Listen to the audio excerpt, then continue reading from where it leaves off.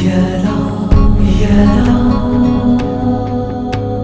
ग्लानिर्भवति भारत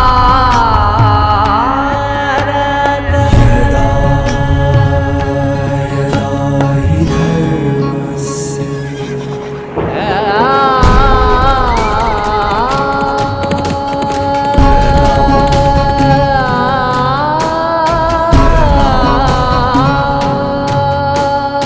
अभ्युत्थानामधर्मस्य तदात्मानं सृजाम्यहं परित्राणाय साधूनां विनाशाय च दुष्कृतां विनाशाय धर्म संस्थापनार्थाय संभवामि युगे युगे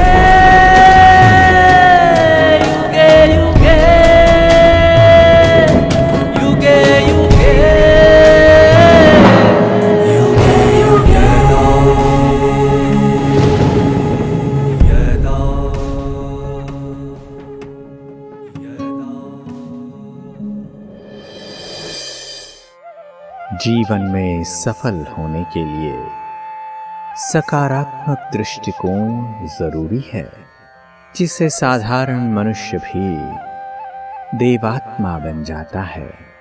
जब मनुष्य स्वयं को आत्मा निश्चय करता है, तब वह समझ पाता है कि सभी मनुष्यात्माएं परमात्मा की संतान हैं और इन सभी का मूल स्वरूप सतोगुणी है। यही भावना उसके मन को अवगुणों के बजाय दूसरों की विशेषताओं की तरफ आकर्षित करती है, जो उसे परमात्मा प्रिय बना देती है। ओम शांति। जीवन बहुत सुंदर एक यात्रा है। इस जीवन रूपी यात्रा में अगर साथी स्वयं भगवान बन जाए तो इस यात्रा का आनंद ही कुछ अलग है।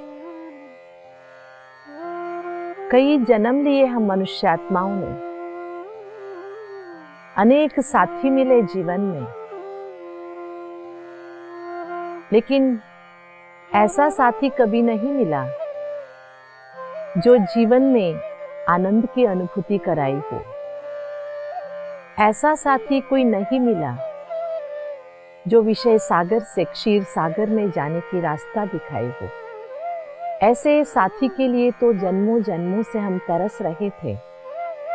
गीताचार्य भगवान के श्रीमुख से जो गीता ज्ञान उच्चारा हुआ, सदियों से हम सुनते आए। हमें पता भी नहीं था कि गीता ज्ञान के माध्यम से भगवान हमारा साथी बन जाएगा, क्योंकि हम भूल चुके थे कि भगवान आया भी था और साथी भी बना था।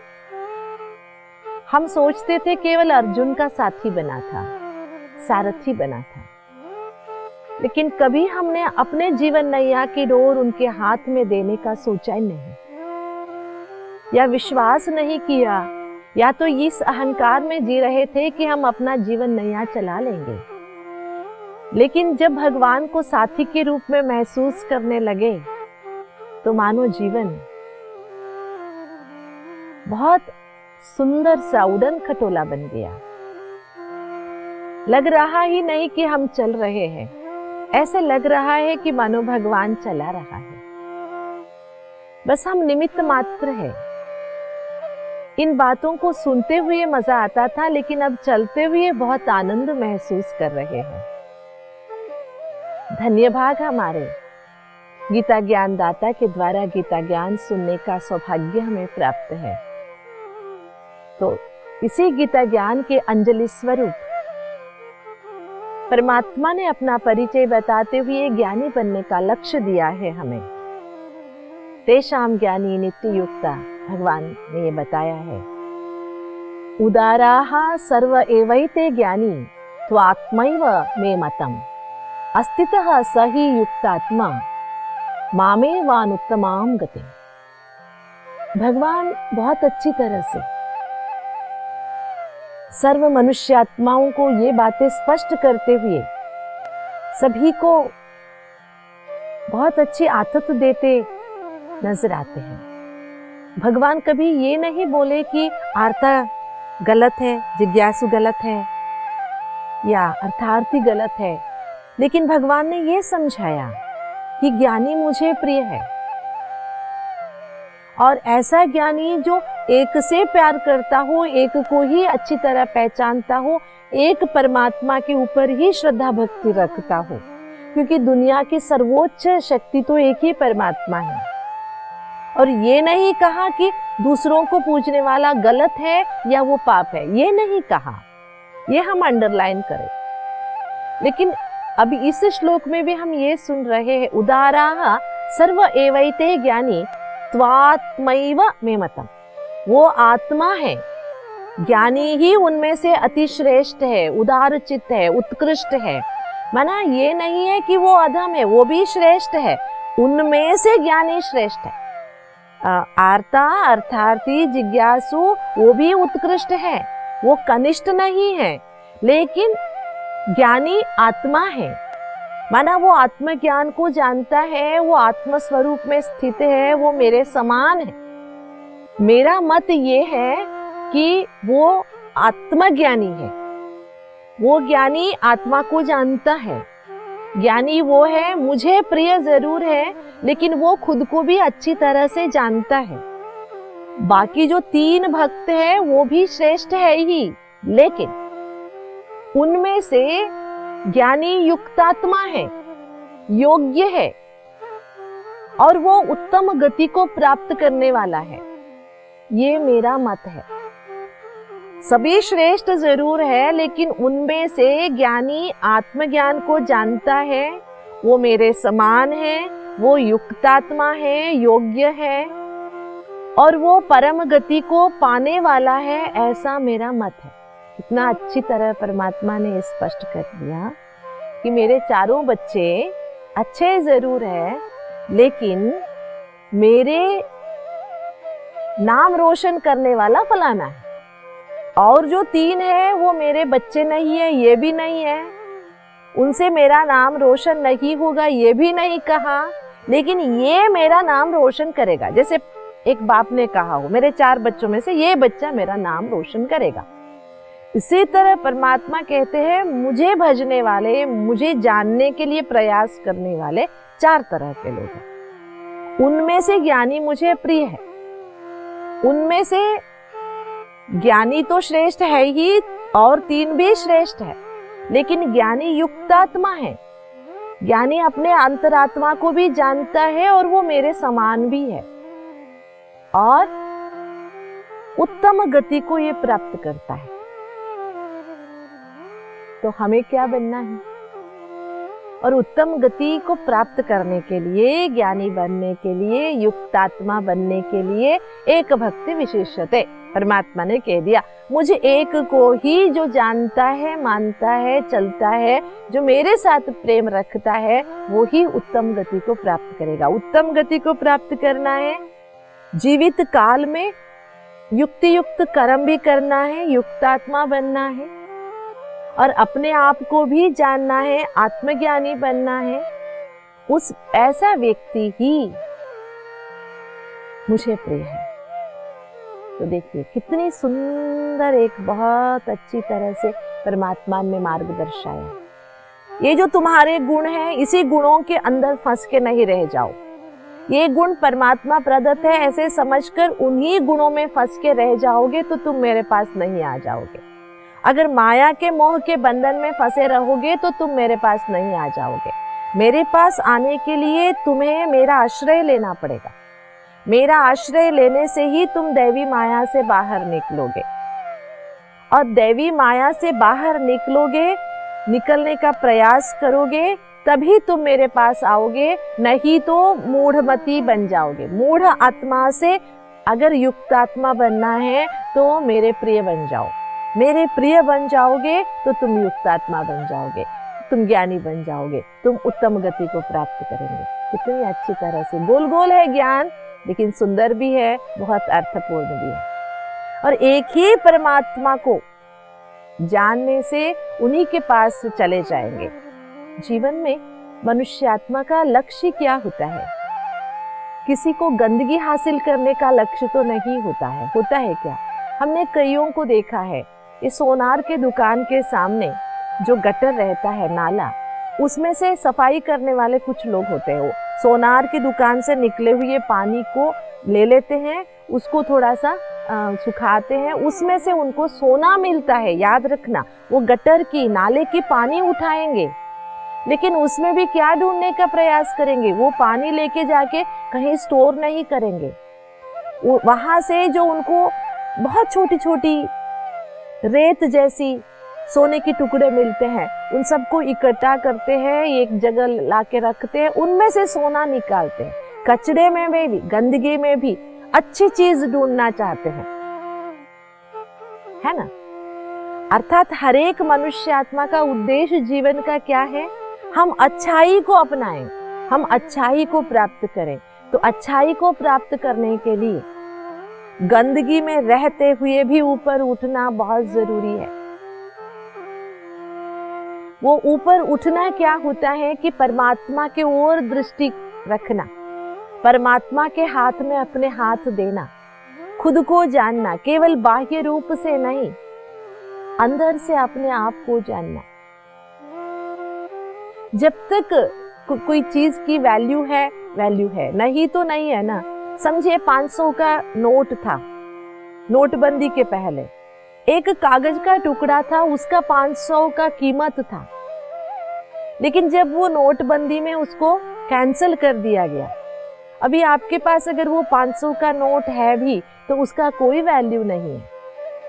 इसी तरह जब तक मनुष्य आत्मा को परमात्मा के संबंध का महत्व पता है, तब तक उसकी वैल्यू है। अगर हम परमात्मा के इस व्यवस्था में अपने आप को महसूस नहीं करते, हम आसुरीता की ओर चले गए, परमात्मा की व्यवस्था से हम बाहर निकल गए, तो हमारे मूल्य अपने आप खत्म हो गया। थे कल भी कागज के टुकड़े, आज भी कागज के टुकड़े, लेकिन जब तक सरकार का एक नियम था कि उसको 500 माना जाएगा, तब तक वो 500 था।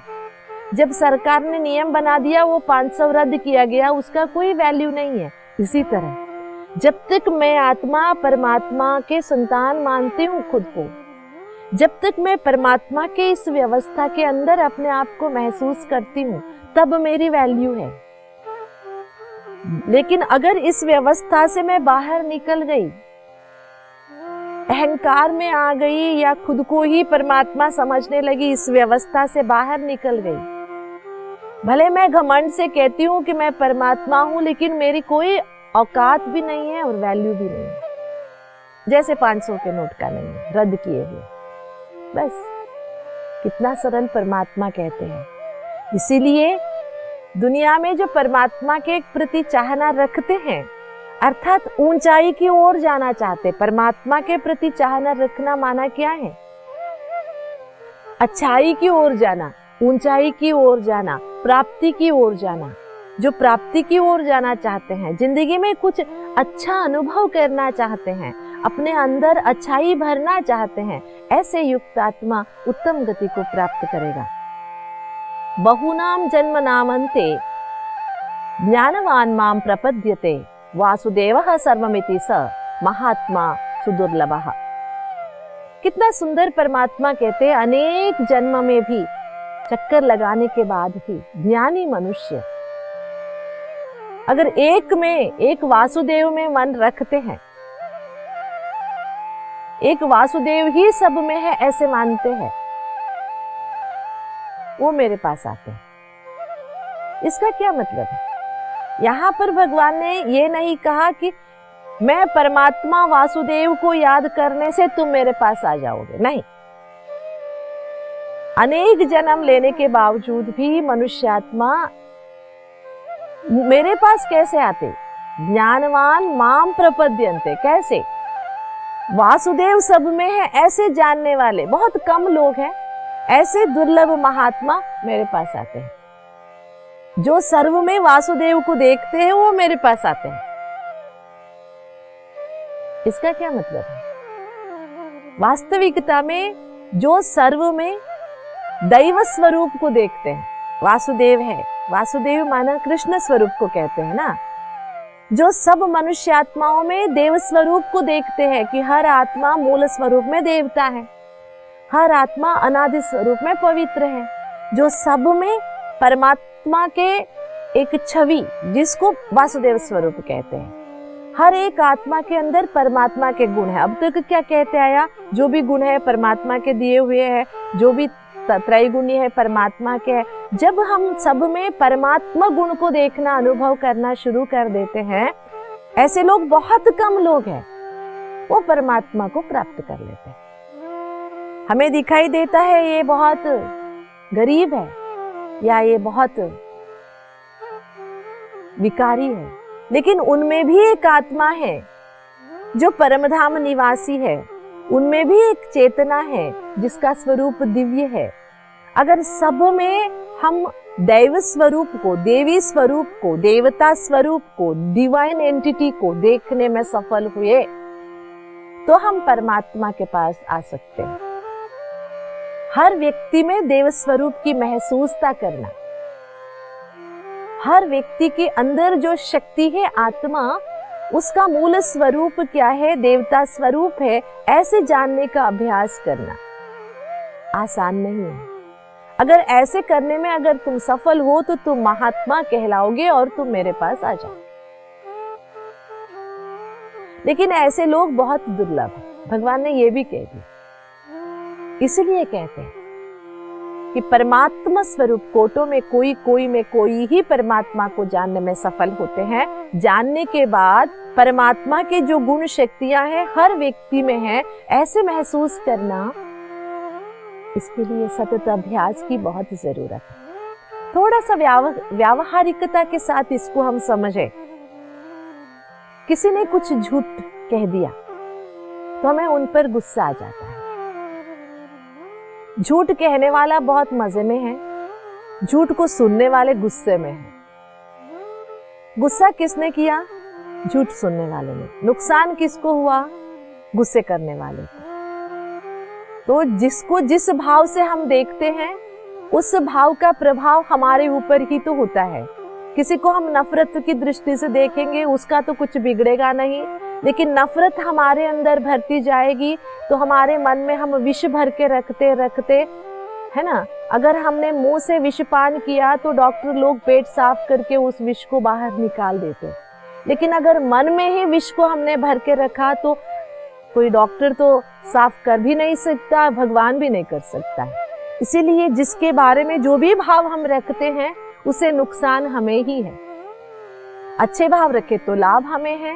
अगर ऐसे भाव रखते, किसी के प्रति ईर्ष्या रखते, किसी के प्रति प्रतिकार की या बदला लेने की भावना रखते हैं, किसी के प्रति हम गुस्से की भावना या नफरत की भावना रखते हैं, इससे हमें ही नष्ट होगा।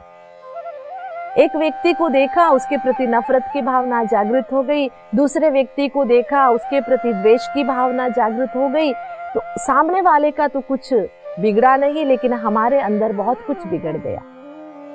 इसलिए सभी के अंदर वासुदेव स्वरूप को देखो, अर्थात मेरे नजर में मुझे देवता बनना है, मुझे भगवान के समान बनना है। मेरे आंखों में मेरा ये विजन समाया हुआ है, मेरा लक्ष्य है मेरे जीवन में मैं जीवन मुक्ति को पालूं, मेरा लक्ष्य है मैं देव स्वरूप का अनुभव करूं। जब मेरे लक्ष्य देव स्वरूप का अनुभव करना है तो मुझे हर व्यक्ति में देवताई गुण नजर आनी चाहिए, तभी हम परमात्मा के पास पहुंच सकते हैं। कितना अच्छा स्पष्टता है। लेकिन लोगों ने क्या समझ लिया कि सब में वासुदेव है, सब भगवान है, ऐसे तुम समझोगे तो तुम परमात्मा के पास आओगे। लेकिन यहाँ पर भगवान ने क्या कहा? सब में वासुदेव स्वरूप को देखने वाले महात्मा दुर्लभ है। अगर सब में वासुदेव स्वरूप को तुम देखोगे तो भी तुम भगवान परमात्मा नहीं महात्मा कहलाओगे। क्या मतलब है? जब हम सब में वासुदेव स्वरूप को देखते हैं तो भी गीता कहती है कि तुम महात्मा बन जाओगे। गीता में यही तो अभी सुने ना, वासुदेवः सर्वमिति स महात्मा स दुर्लभः। सब में वासुदेव स्वरूप को देखने वाले महात्मा बहुत कम मिलते हैं, दुर्लभ है। मतलब अगर सब में वासुदेव स्वरूप को देखोगे तो भी तुम महात्मा ही कहलाओगे, परमात्मा नहीं। सब में जब मैं वासुदेव स्वरूप को देख रही हूँ तो मेरे में भी तो वासुदेव स्वरूप है, तो मैं महात्मा कहलाऊंगी, परमात्मा नहीं। ये सुस्पष्ट है कि परमात्मा ने कहा सब में वासुदेव स्वरूप को देखते आओगे तो ऐसे महात्मा बनोगे तो तुम मेरे को प्रिय बनोगे और मेरे पास आओगे। ये नहीं कहा मुझे वासुदेव को सब में देखने से तुम, ऐसे नहीं कहा। परमात्मा ने कहा सब में वासुदेव स्वरूप को देखते हुए महात्मा स्वरूप का अनुभव करोगे तो तुम मेरे पास आ जाओगे या मुझे प्रिय लगोगे। कितना स्पष्ट है, लेकिन हमने कितना अंदर में ना उलझन पैदा कर लिया था कि सब में वासुदेव माना परमात्मा है। तो भला सोचिए, अगर सब में परमात्मा है तो इतनी दुनिया में गंदगी क्यों फैली हुई है? हम दुनिया की सफाई करना चाहते हैं और सफाई करने के लिए अपने अंदर मन की सफाई को रखना बहुत जरूरी है। वो मन की सफाई है हर मनुष्यात्मा को उसके मूल स्वरूप में देखने का अभ्यास। उनके गुणों के अनुसार नहीं देखो, सत्व रजस तमस के अनुसार वो कोई कैसा भी होगा, झूठा होगा, मक्कार होगा, कुछ भी होगा। अगर उसको उसी स्वरूप में आप देखते रहोगे तो आप कभी महात्मा नहीं बनोगे। अगर मुझे महात्मा बनना है, मुझे परमात्मा के नजदीक जाना है, तो मुझे हर व्यक्ति में छिपे हुए देव स्वरूप को देखना है। हर व्यक्ति में छुपे हुए आत्मा के स्वधर्मों को देखना है। इसीलिए तो परमात्मा ने बहुत सुंदर तरीके से यह स्पष्ट किया, अपने अंतर को शक्तिशाली बनाना है, अपने अंतर दैवी गुण धारण करना है, अपने आप को महात्मा बनाना जीवन का लक्ष्य है। तो दूसरों की बुराइयों को गिनना, दूसरों की बुराइयों की बातें करना, दूसरों की बुराइयों का टेलीकास्ट करना, ब्रॉडकास्ट करना छोड़ देंगे। तभी दूसरों में अच्छाई देखने का अभ्यास, दूसरों में दैविकता देखने का अभ्यास, दूसरों में आत्मस्वरूप को पहचानने का अभ्यास करेंगे। सब शरीर में एक चेतन स्वरूप आत्मा ही तो है जो परमात्मा का संतान है। ऐसा अभ्यास करोगे तो तुम महात्मा कहलाओगे। यही तो जीवन का लक्ष्य है और इसी रास्ते हमें चलते रहना है। ओम शांति। जब मनुष्य स्वयं को आत्मा समझ परमात्मा के साथ नाता जोड़ता है, तब उसका अंतर्मन परमात्मा के निस्वार्थ प्रेम और साथ को पाकर तृप्त हो जाता है। दोस्तों, हमारे जीवन से लेकर मृत्यु तक हम लोकप्रिय होने का प्रयास करते हैं, परंतु परमात्मा यह ज्ञान देते हैं कि उत्तम गति को प्राप्त करने के लिए हमें परमात्म प्रिय बनना पड़ेगा। परमात्मा यह स्पष्ट करते हैं कि इस परमात्म ज्ञान को अपने जीवन में धारण करने वाली आत्माएं ही परमात्म वर्षे के योग्य हैं और उन्हों को ही उत्तम गति प्राप्त होती है। गीता ज्ञान यह बोध कराता है कि यदि हम मनुष्य अन्य आत्माओं के देव स्वरूप यानी उनकी दिव्यता और विशेषताओं को देखेंगे तो स्वतः ही हमारे मन में अन्य आत्माओं के प्रति शुभ भाव जागृत होकर हमारा मन घृणा, ईर्ष्या, द्वेष जैसे अवगुणों से मुक्त होगा और हम एक महान आत्मा बन जाएंगे। अब कलयुग के अंत समय में जब वह स्वयं हमारा साथ निभाने, हमें ज्ञान देने इस धरा पर अवतरित हुए हैं, तो क्यों ना हम अपने जीवन की बागडोर उनके हाथ में देकर निश्चिंत हो जाएं और अनंत सुखों का अनुभव कर लें। ओम शांति।